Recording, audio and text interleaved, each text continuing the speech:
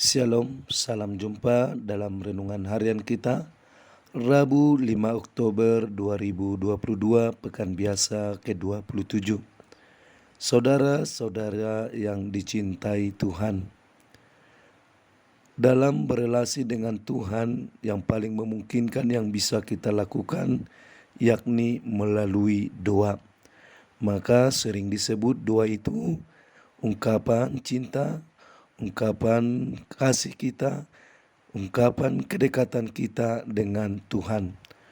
Maka sebagaimana yang bisa dibayangkan seseorang yang mengasihi, menyampaikan perasaannya yang dialaminya kepada orang lain, harusnya demikianlah kita berdoa kepada Tuhan. Maka kalau ditanya apakah berdoa itu susah? Seharusnya tidak. Karena itu adalah ungkapan cinta, ungkapan kasih kita kepada seseorang yang pasti juga kita cintai. Namun saudara-saudariku yang terkasih, dalam praktek hidup kita, mungkin kita juga tidak selalu siap ketika ditunjuk untuk berdoa. Mengapa? Akhirnya kita harus jatuh kembali kepada logika yang umum.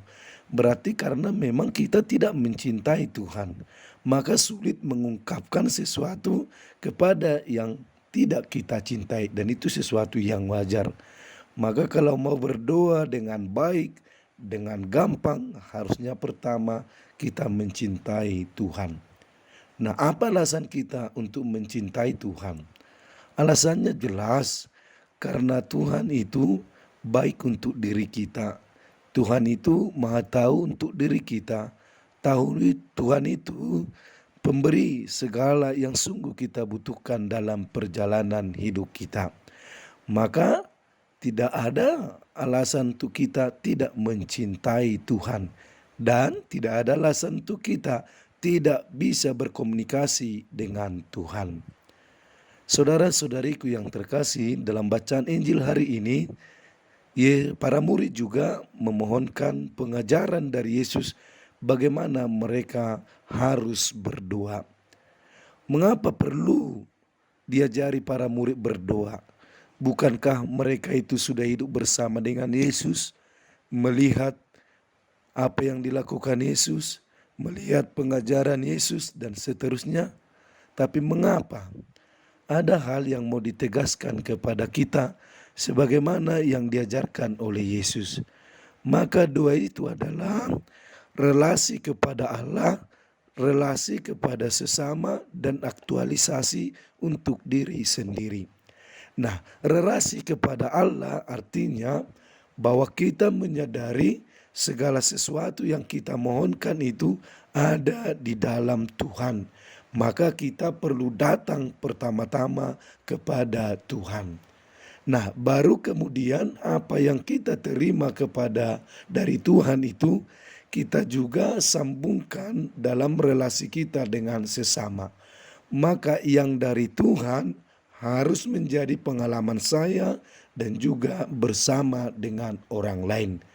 Nah, buahnya adalah maka kita menjadi seorang pribadi ataupun seorang beriman yang terberkati. Kalau boleh dikatakan dengan singkatnya, berarti ketika kita berdoa dan itu kita tujukan kepada Tuhan dan Tuhan mengabulkan doa itu, maka itu harus menjadi sukacita bersama.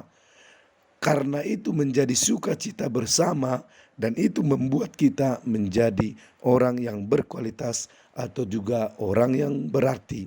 Atau dengan bahasa yang paling umum, kita menjadi berkat. Maka saudara-saudariku yang terkasih, kalaupun kita belum sangat lancar terbiasa berdoa, sekurang-kurangnya berdoalah atau doakanlah doa yang diajarkan oleh Yesus sendiri kepada kita bersama. Sebab dalam perayaan-perayaan iman kita, perayaan Ekaristi, segala doa itu kita simpulkan di dalam doa Bapa kami. Hanya perlu di dalam mendoakan doa itu, kita mendoakan di dalam iman, di dalam cinta kepada Tuhan. Akhirnya semoga saudara-saudariku yang sedang memohonkan kepada Tuhan, dengan berdoa lewat doa Bapa kami, semoga dikabulkannya. Mari mencintai Tuhan dengan cara semakin sering membangun relasi dalam doa kepadanya. Shalom, Tuhan memberkati. Amin.